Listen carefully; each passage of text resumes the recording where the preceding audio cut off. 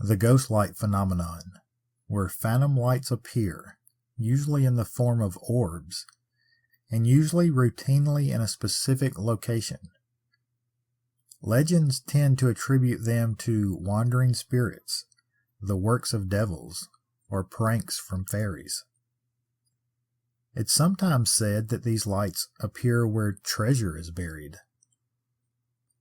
Science likes to try to explain them off as atmospheric conditions, swamp gas, or human-made lights such as headlights, fires, or merely pranks.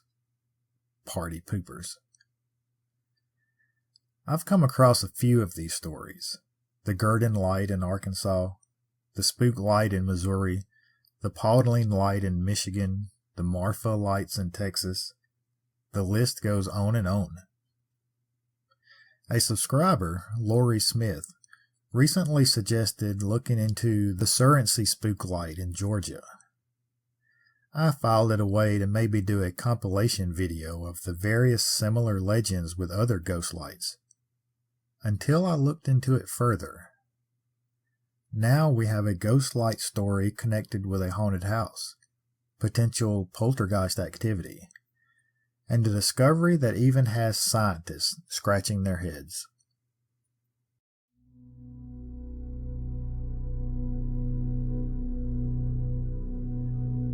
Everyone loves a good, strange, weird, or bizarre story. Well, welcome to the American South, where dark legends and haunted history lurk around every corner.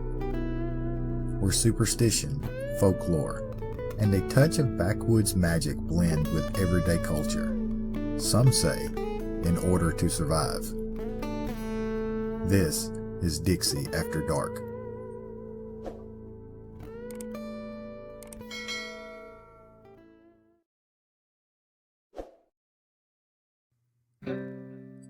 Legends around ghost lights are intriguing, but most of the time it's hard to find history to go along with the folklore that surrounds them. Some, like the Longingdale lights in the Peak District of northern England, date back hundreds of years.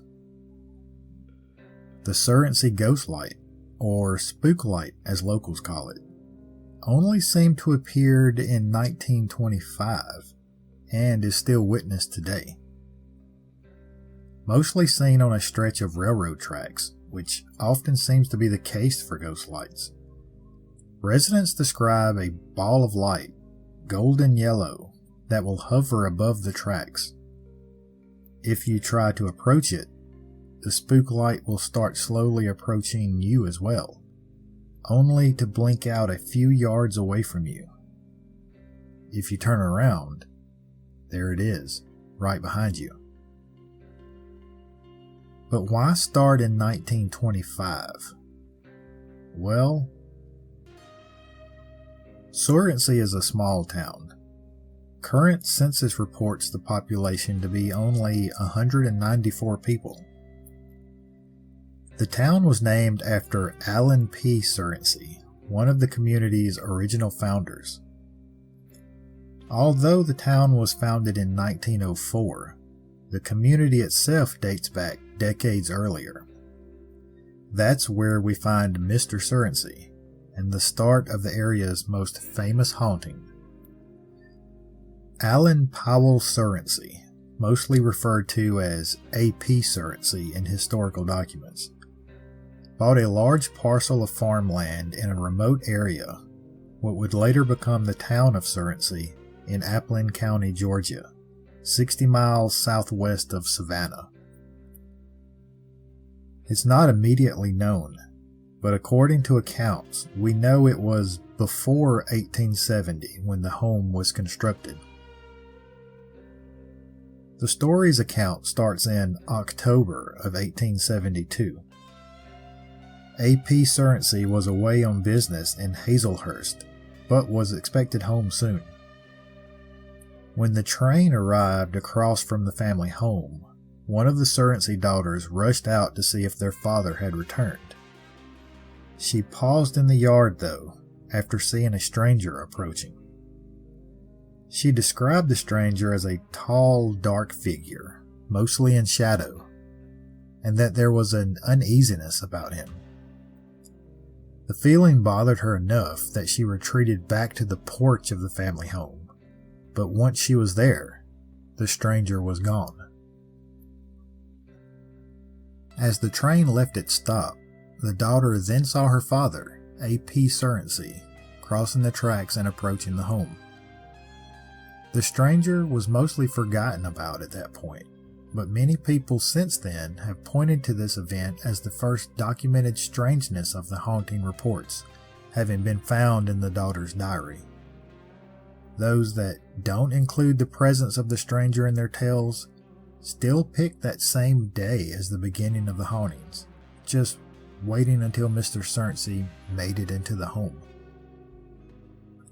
Out of the blue, the family was plagued by strange occurrences, mostly poltergeist-like activity.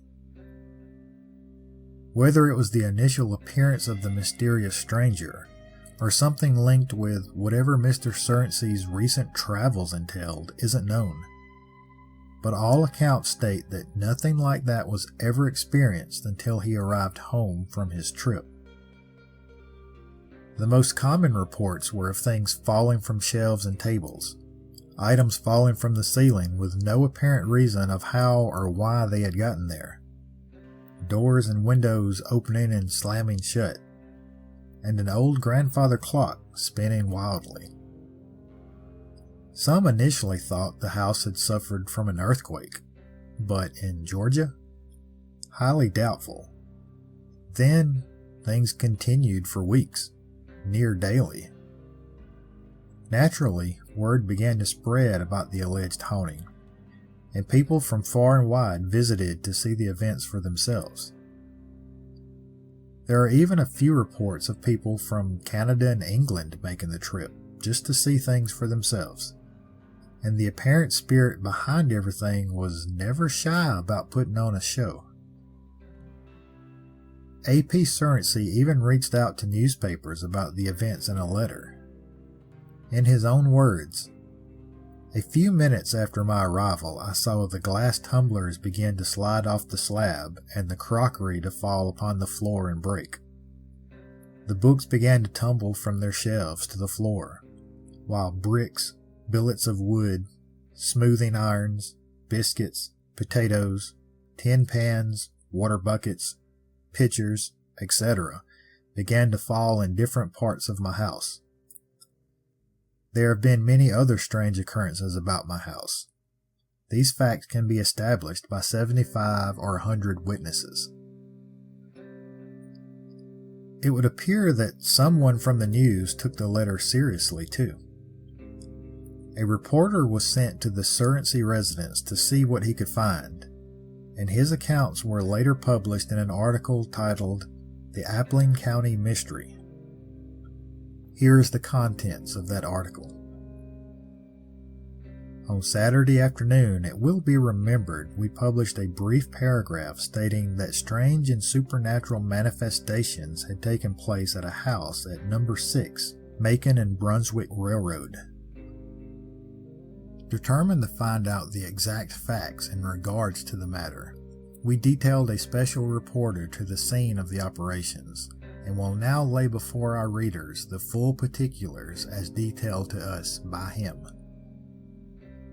Taking the Brunswick train Saturday night, in the company of Mr. Mason and Mr. Camel of Macon, who were going down for the same purpose, our reporter, Mr. Peter Lindenstruth, arrived at the point of destination a little after 4 o'clock Sunday morning. Getting off the train, they found no one in the place as yet up, but going to the house of Mr. A.P. Surrency, they were admitted to a vacant room, the fire in which had nearly died out. We may as well remark here that the town, or depot, of Surrency consists only of a station house, 1 or 2 places of business, and the residence of the gentleman from which it takes its name. It is situated in Appling County, about 126 miles from Macon and about 60 miles from Brunswick. Mr. Surrency is a gentleman well-to-do in the world and universally regarded as one of the most honorable citizens of the county, and it would seem that his house would be the last one ghosts would select in which to play mischief. Soon after daylight, Mr. Surrency came into the room, and after giving his guest a hearty welcome, proceeded to tell from the beginning what had taken place up to that time. On Friday evening, a short while before dark, the family was greatly alarmed by sticks of wood flying into the house and falling about the floor from directions they could tell nothing about, and without any human agency they could see or find out. The wood would fall before being seen, and what made the mystery still more mysterious, the room in which the wood was falling had all of its doors and windows closed. Soon after dark, they stopped falling and was succeeded by bricks which fell at short intervals throughout the night in every room of the house. Mr. Surrency, his wife, 2 grown daughters, Mr. Roberts, a clerk, and a Baptist minister by the name of Blitch were present, and with the exception of the minister, who got on his horse and left, they all remained awake the whole night. Notwithstanding the windows and doors were tightly closed and no opening left in any portion of the house, these bricks continued to fall, but although sometimes missing, not one struck any person. Soon after the bricks commenced falling, bottles, vases, and glassware generally commenced jumping from unusual places, falling and breaking. Mr. Surrency, seeing the destruction going on, directed a man to take 4 bottles containing kerosene oil out of the house and place them in the yard. No sooner than he'd set them down, when one flew back, fell into the middle of the room, scattering oil in every direction. The whole family saw this. It seemed to come down from the ceiling overhead, and indeed everything else falling did so perpendicular. These strange antics continued with scarcely a 1-minute interruption until daylight Saturday morning, when things ceased, leaving the house nearly bankrupt in crockery and glassware, and a large quantity of bricks and billets of wood around the floor. That afternoon, or on Saturday the 19th, they commenced again, pretty much in the same matter of doing about what had taken place the night previously. The family, which had now been joined by many neighbors, watched every nook and corner of the house to detect and, if possible, to unravel the mystery. But so quickly would pitchers, tumblers, books, and other articles jump from their positions and dash to the floor, the eye could not follow, and broken fragments were the first things seen, except in one instance, and that was a pan of water and some books. They were seen to start. Chairs, shoes, and clothing were tumbled about the house, as if the hand of a veritable witch or unseen devil was present. But the greatest mystery and most inexplicable incident of the day was the escape of a lot of ordinary clothes hooks from a locked bureau drawer remaining tightly closed as usual. Nothing else of special note occurred today. All got quiet at 8 o'clock Saturday night. As stated above, our special reporter arrived before daybreak and heard the story of Mr. Surrency as above related.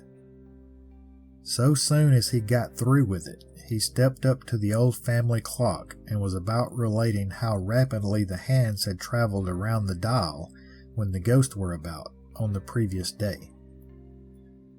All eyes were turned to it, and much to their astonishment, the hands commenced running around at a rate of about 5 hours a minute. It was a 30-hour wait clock, and after seeing it run at this rate for a short time while our reporter, who was a watchmaker by profession, determined to at least solve the mystery as it was directly in his line. He stopped the clock, carefully examined the machinery, and found it not only in perfect order, but nothing whatsoever unusual inside or out. He could not for the life of him see the slightest thing wrong about it. It had been suggested that there may be a large magnet about or under the house, but magnets do not attract wooden substances, and besides, while the clock was running at this rapid rate, Mr. Lindenstruth had his watch in his pocket, which kept on its usual way and was not in the least affected. Nothing else unusual occurred until 17 minutes before 12 o'clock, when the performances reopened by a pair of scissors jumping from the table onto the floor. At that time, Mr. Lindenstruth was sitting in a chair when, without the slightest premonition, a large brick fell with great force right beside him, breaking in two. He immediately picked up a piece of it and handed it to Mason, and both found it hot. Then, taking up the other piece, he tried 2 or 3 times to break it by throwing it on the floor, but failed. He then laid the second half on the sill of the window in the room, intending to bring it home. Resuming his seat near the front stoop, he was again startled by the piece that he had placed on the window falling at his feet, once more breaking into 2 pieces. He did not pick it up again. At 12 o'clock, a smoothing iron jumped from the fireplace about 6 feet into the room. It was replaced and again jumped out. He noticed that the iron was hot, but this may have been heated by the fire. At about this time, dinner was announced, when the family and many guests walked out to the table. Soon after being seated, an ear of corn appeared from the ceiling overhead, fell between Mr. James Campbell of Macon and Mrs. Surrency. Striking the floor with great force, it broke in 2, scattering the grains all around the room. Soon after this, a chamber glass was smashed into 50 pieces in the center of the room. They were at the time intently watching everything visible in the room, but none saw this until after the vessel was broken. While all these things were going on in the house, the kitchen department was by no means idle. Butcher knives, pots, skillets, and crockery ware were falling around to the terror and horror of the cook. Another mysterious thing occurred on the first or second day. Little piles of sugar, totally unlike anything of the kind then used by the family, were found upon the floors of the residence. In some of these, a few pins were found. There were various other incidents of this totally incomprehensible mystery related to and seen by our reporter, but enough had already been given. No one who has yet visited this place can give any rational theory as to the agency which produces these strange sights. Mr. Surrency is a plain, old-fashioned Georgia gentleman, and is greatly annoyed and disgusted by the whole proceedings. He promptly refused compensation from any of the 200 or 300 persons who had eaten at his table. If they are produced by magnets, they must be of a different kind from any ever known. We must leave the question to someone else for a solution. At this point, our Macon party left, but people were coming in from all directions, and we presume the excitement continues today unabated. Well, it would appear that the reporter presumed correctly. In fact, the haunting continued for years. After an instant of the youngest Surrency son being chased down the hall by what is described as, quote, a floating ghost with unseen hands, Mr. Surrency decided enough was enough.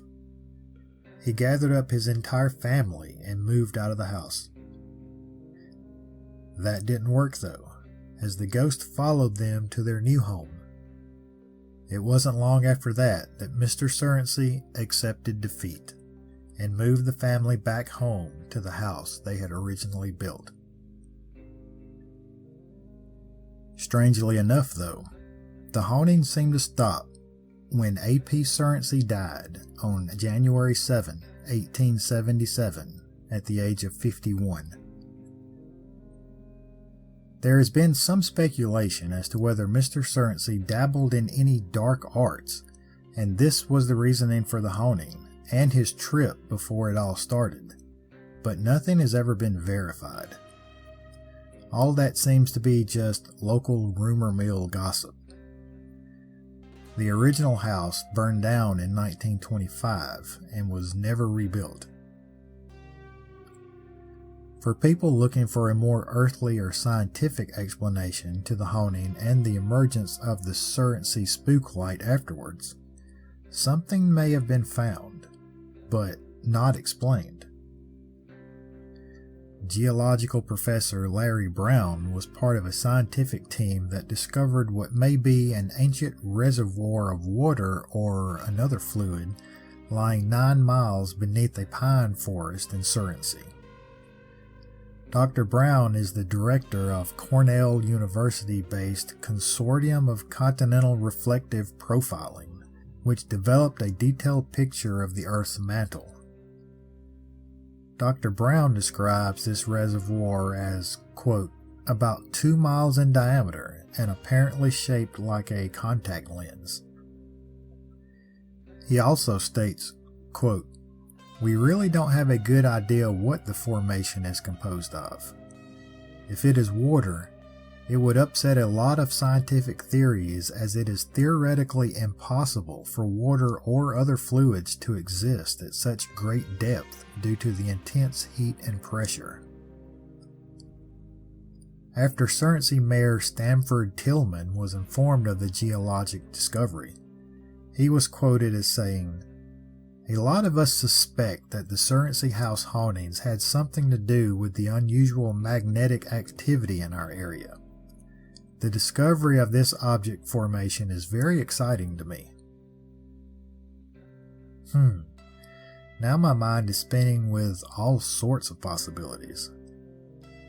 Is all that the result of some dark magic A.P. Surrency was trying to work?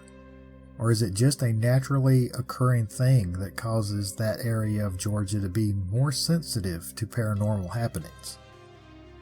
Could be, but nothing bothering the family until after Mr. Surrency's trip still nags at the back of my mind. Maybe it's both.